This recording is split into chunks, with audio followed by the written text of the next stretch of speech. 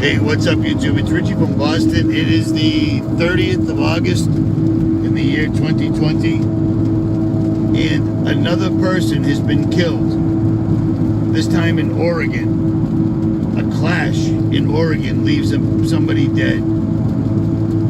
This is going to keep happening. This is going to keep happening. I listened to a live stream I did with the YouTuber and author, I believe, Days of Noah, maybe a couple weeks ago, and he was saying that if Trump were real, if voting was real, and Trump was really running for president and wanted to seal the deal, instead of letting all these areas run wild, he'd go in there and stop it. Well, they're not stopping anything. Everything seems to be getting much, much, much, much worse. As I say that, a second sheriff's department's vehicle blows by me, and I'm in an area that is in the news, we'll call it. So I wonder what that's all about. But order ab cow, that is their mantra. Order out of chaos. Burn the whole place down. Now, if these weren't evil men, they could institute a new way of being. No problem. Instead of doing it in the fashion that they're doing it, under the guise of lies, which is Israeli Special Forces mantra, by any means necessary. It escapes me right now, but the Israeli Special Forces, or the Mossad, uses deception for everything. This entire pandemic, scamdemic is a deception, which is why if you didn't watch the news, if you didn't interact with sheep, you wouldn't know anything's going on. It's kind of a nice day. It's actually raining a little bit where I'm at right now. Finally, I haven't seen rain in a long time. It's raining, Mike.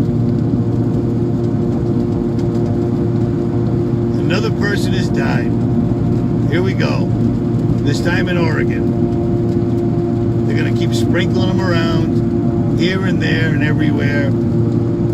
I bet the story is loaded with numerology, as they usually almost always are. If it is, chances are it's not legit. I was looking at the 17-year-old shooter's picture on the cover of Drudge Report yesterday, and wow, does it look like a crisis actor.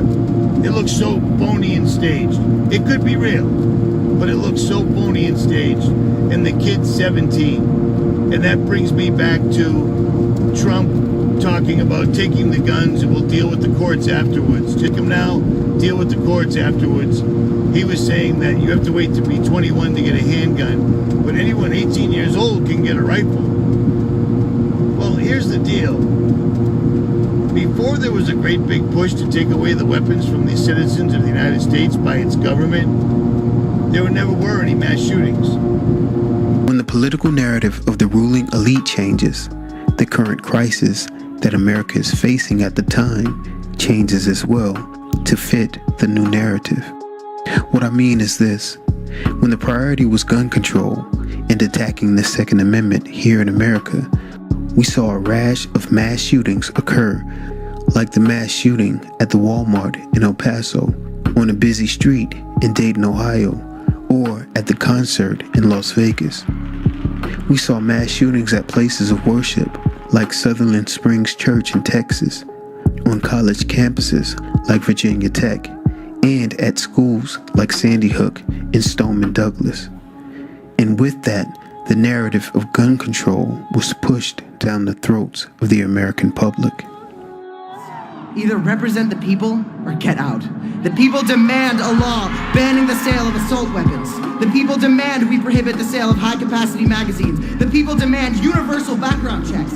Stand for us or beware, the voters are coming. Currently, the narrative that is being pushed is revolution, anarchy, and the complete destruction of the current system of government by the nation state, which will eventually lead to America's subordination to a global government.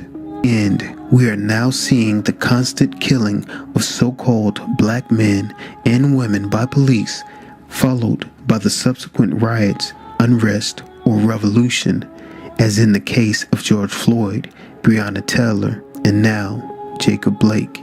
As the mass shooting started happening, people started looking into it, and lo and behold, they were full of holes, no pun intended. Like the time I ended up on the mainstream news where I was driving this truck and I said, if some of it's a lie, all of it's a lie, and I was talking about Las Vegas, the person that they associated me with, saying I was trolling this victim who I had no clue who it was, he was the guy that looked like Fabio sitting on the hospital bed, long blonde hair, and apparently, according to the story, he had been shot in the head. One of the BC victims of that mass shooting in Las Vegas is being re-victimized, this time by online trolls. Global News first spoke with Braden Matika in the days following the attack. A bullet had grazed his head. As Paul Johnson reports, as if that wasn't enough to deal with, now he's being harassed online, accused of being part of a greater conspiracy. Had a great time in Vegas here, 30th birthday. Braden Matika had been through the worst experience of his life. Shot through the head in the Las Vegas massacre, he was saved only by luck and the quick actions of strangers. Only days later, he mustered the strength to tell his story publicly. Now, he's been rewarded with this. It's a false flag with crisis actors. In the weeks since the shootings, survivors like Matika have been targets of cruel online critics who AR-15. Well, when that occurred, I was dating a medical professional, and I didn't tell her a thing. I showed her a picture. I said, if this guy got shot in the head, even grazed by a bullet, and came into the emergency room in an ambulance, what's the first thing you do? She said, shave his hair so we can see what we're working on. And yet that wasn't the case. So many of these shootings were staged, phony, contrived. They just didn't add up. And now that we have this pandemic, we don't have any more mass shootings.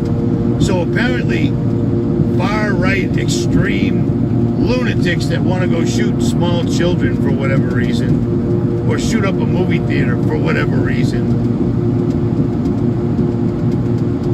they don't want to catch a cold, so they stop shooting people.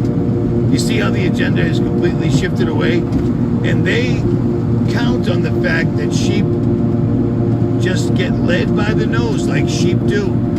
And they won't even look into the fact that, hey, what happened to the mass shooting every single week, if not every other day? Now that COVID's here, that's the cure for threaten somebody with getting a mild flu and they'll stop killing people.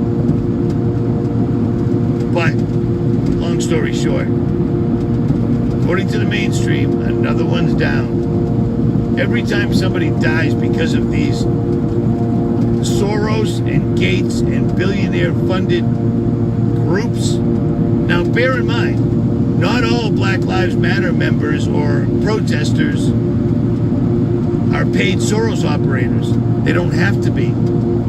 If 1 out of every 10 is, which it's probably worse than that, that works. Because mob rules. Mob rules.